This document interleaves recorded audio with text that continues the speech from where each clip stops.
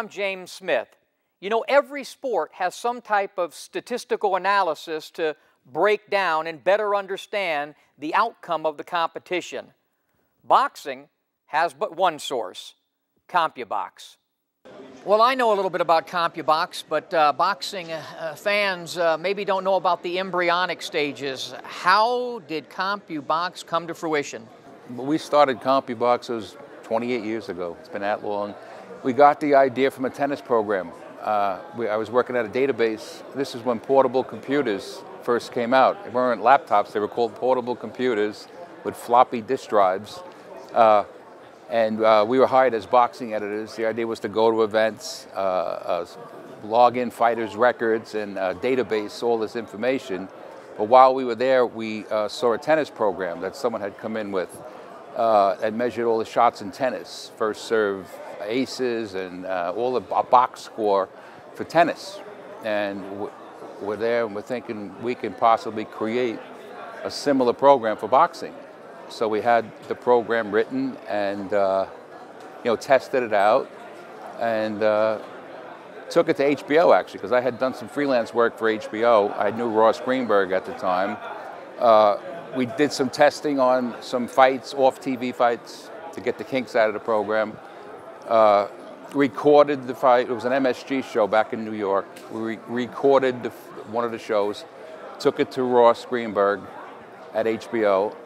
He looked at the program and liked what he saw, and pretty much that was it. We were in business. Overall, from broadcast to the fighters to, and obviously we'll get into this, to the fans, over the years it's really been a great implementation for boxing. Well, that's exactly it. Initially, when we first started out, we didn't know what we really had. We didn't know what a fighter throws, what the average fighter throws per round, how many jabs a fighter throws, what's the weight class average. These are all statistics that evolved over time. So eventually, maybe 5 years in, we started databasing the fights, the content, and then we were able to take it a step further, like you said. Oh, this guy only throws, he throws 50 punches a round, but only 20 are jabs, 30 are power shots. Or he's very accurate with the power shots, not with the jab. Or he's strictly a jabber. A guy like Malignaggi, for instance, relies heavy. But you couldn't have done this without knowing boxing. I mean, somebody could have come up with technology and all that other stuff, but you would have to kind of have a knowledge of boxing to be able to take, the technology and all of it and blend it in. And I'm certain it's evolved over the years. Oh, for sure. I loved boxing from the time I was 8 years old. And you know the sport. Well, I never fought, but I know the sport. I love the sport. I've obviously followed fighters. I studied the history of the game. So when we first presented it to HBO, there was like no doubt in my mind that it was going to work, because we had such a passion for boxing and such a passion for what we were doing. So, and having the knowledge and the love of the sport helped a lot. But yeah, I mean, I don't think you could, if they say garbage in, garbage out, you could have the best program in the world, but if you don't know what you're looking at, what you're counting, it's just not going to work. What do you need to do this correctly? I think number one, you need a knowledge of boxing. You need to know exactly, what a punch is, what a connect is, or what a miss is, and you need a tremendous amount of concentration. I mean, we've had people who are very knowledgeable about boxing, but they just haven't been able to maintain that concentration level for 3 minutes. It's difficult. And when you're talking about nights when we're doing, 4 12-rounders and possibly 48 rounds, that's a lot of concentration. And I think that's the key thing, that the ability to concentrate, not lose your focus when there are so many things happening around you. You have to have good reflexes too, because sometimes guys like Leo Santa Cruz, for example, who throws 90, 100, 110 punches around, you've got to be able to keep up with him. And so you've got to be able to react to what you see and move on to the next punch. So you have to have concentration, you have to have focus. Doing punch counts is like learning how to type. You move your finger a certain way to record a certain letter. And in punch counting, you move your finger to hit a certain button when you see it. And after so long, it becomes second nature, and you just react to what you see. So it's reaction, it's concentration, it's focus, it's knowledge, it's a whole plethora of things that all have to roll together. We look for somebody that's had, obviously, a passion for boxing, someone like a Lee Groves, Joe Carnicelli, another guy, Dennis Allen, who's a former fighter. Saul Avalar is another guy that works for me, was a former fighter. Joe Carnicelli was a UPI sports editor, was at ringside for big fights going back, back to the late 70s. Lee, eats, sleeps, drinks boxing, just a great guy. So it's somebody that has a passion for the sport, or as well as somebody who's been in the ring, which is even a bonus. If I could find a guy who loves the sport and also has been in the ring, that's a win-win. Gennaro Hernandez, the late Gennaro Hernandez, was another guy that worked for us who was just a great guy. So that's what I'm looking for. Basically, there are two operators. Each one of us takes one fighter. I'll handle, for instance, a blue corner, and Lee will handle a red corner fighter. We count, it's basically a four-key operation. Jabs thrown and jabs landed. Power punches thrown and power punches landed. We also have an alternate one for power body punches. A jab is anything that attempts to hit the other fighter. I mean, a lot of times you get some of these, nervous types who stand around like this. We don't count those as jabs. He has to try to hit the other fighter. A power punch is anything other than a jab. Basically, we calculate the numbers in the round, numbers thrown, numbers landed, and the percentage. We also calculate cumulatively as the fight goes along. So at the end of the fight, you'll have the punches thrown in the round, that last round, as well as the punches thrown in every round, cumulative punches. We also have to break it down by minutes. How many punches were thrown per minute? If you see some fighter whose effectiveness wanes in the final minute, or some fighters basically save everything for the final minute. So we can break it down by minute. We also can break it down by average thrown per round. And we also can match that to a chart that we keep for each weight division on punches thrown per round. By that, for instance, if the punches thrown per round for a lightweight is such and such, and punches landed is such and such, is this fighter close to that? Is he way above that? So we can reference that as well.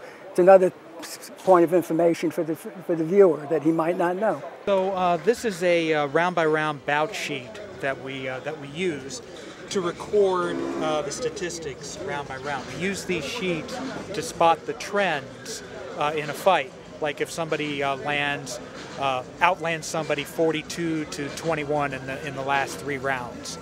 That's how we confirm that. And so in between the rounds, I look at the screen, I write down the numbers, boom, boom, boom, and then boom, boom, boom. It takes about 20-25 seconds, and then if I see a trend, or if he asks about it, then this is what I refer to. And on the back of this clipboard is a rundown for Compubox weight class averages. And we have it for all 18 divisions. We have it broken down with punches landed and punches thrown.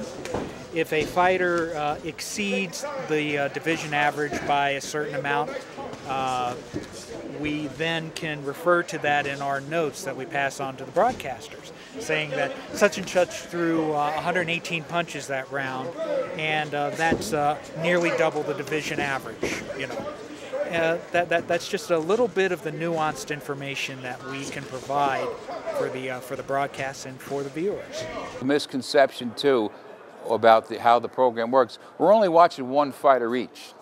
That's the different way of watching a fight. I mean, I have to go home when I go to work a fight, and afterwards I'll reflect, and someone will say, "That was a great fight," and I say, "Yeah, but I only watched through my guys' fit gloves." So it's a unique way of watching the fight. I'm only watching my fighter. Yeah, you can't score a fight like that. You can't, and you're watching your fighter. Right. There's a misconception. We're not watching, but all the action. So that's probably an edge to the program. The fact that, like I said, we're only focused on one set of gloves. And about 95% of the time, the judges bear out the final stats. If a guy is ahead by 50, 60 connects in a fight, it's very likely he is ahead on the scorecards, and it lines up with the decision that they eventually will see if the trend holds. As far as you know, what we do, we can count the aggression, we can count the effective punching, we can count the effective defense on what the other person is landing, and how great a defensive fighter Floyd Mayweather is. He has one of the highest defensive percentages in history. Basically, you can point it out numerically. So it's, as far as effective aggression, it's the percentage you're landing. It's, you know, the percentage you're throwing, you're landing. I mean, we also keep, you know, a database of records. You know, how does this fighter's numbers stack up against the numbers of some, you know, through history? We've done this for over 25 years, and you know, our database goes back and has all the top figures. We've had opportunities to run fights on Roberto Duran and Alexis Arguello and Muhammad Ali during his prime, and that's a particularly interesting study. Muhammad Ali during his best days. It turns out that his opponents landed a higher percentage of their shots than you would think. George Chuvalo, for instance, in their first fight, George was landing a ton of body shots in the early rounds in that fight, and Ali was letting him hit him just to prove a point. But a landed punch is a landed punch, and the numbers added up. Even in the Doug Jones fight, you know, Sonny Liston. Most people, when they're watching old Ali fights, are so mesmerized by the beauty that they see in Muhammad Ali that they don't really concentrate on what the other guy's doing. When I ran the numbers on the opponents, I was forced to look at what the opponents were doing. And the numbers showed they were doing a whole lot more business than we thought that they were. Ali won the fights, but he wasn't as pretty defensively as maybe we once had thought. As far as our results, translating as to who won the fight, I think we did a study about 2 or 3 years ago that about 95% of the punches landed, whoever has the advantage in punches landed, wins the fight as far when it goes to a decision. And we also had numbers where anyone landing over 50% of his power punches over the length of a fight also is almost certain to win. So it's basically, it proves out. I think the CompuBox numbers are a reflection of what the fans already see in the ring. If a guy throws a lot of power shots, the statistics will bear him out. We just add information as far as accuracy, numbers, trends, percentages, things like that, that sort of add to what the viewer already knows. What are the future plans for CompuBox? Well, right now we're working on a fantasy game. Boxing really doesn't have, there's pick'em games where you just can pick a winner. We're working on a game where we'll incorporate the statistics into the game. It's like a pick'em game, pick'em fantasy game. We're always trying to improve the product. You know, if there's a way to possibly measure impact of a punch, we're always looking for new ideas that way. It's just an issue with gloves, trying to, you know, get into the gloves, and there's so many different glove manufacturers out there. But we're always, you know, we're always looking to try to improve the product, and you know, really long term is just try, you know, to stay in the business and keep it fresh, and trying to keep providing as much insight as we can to the boxing public.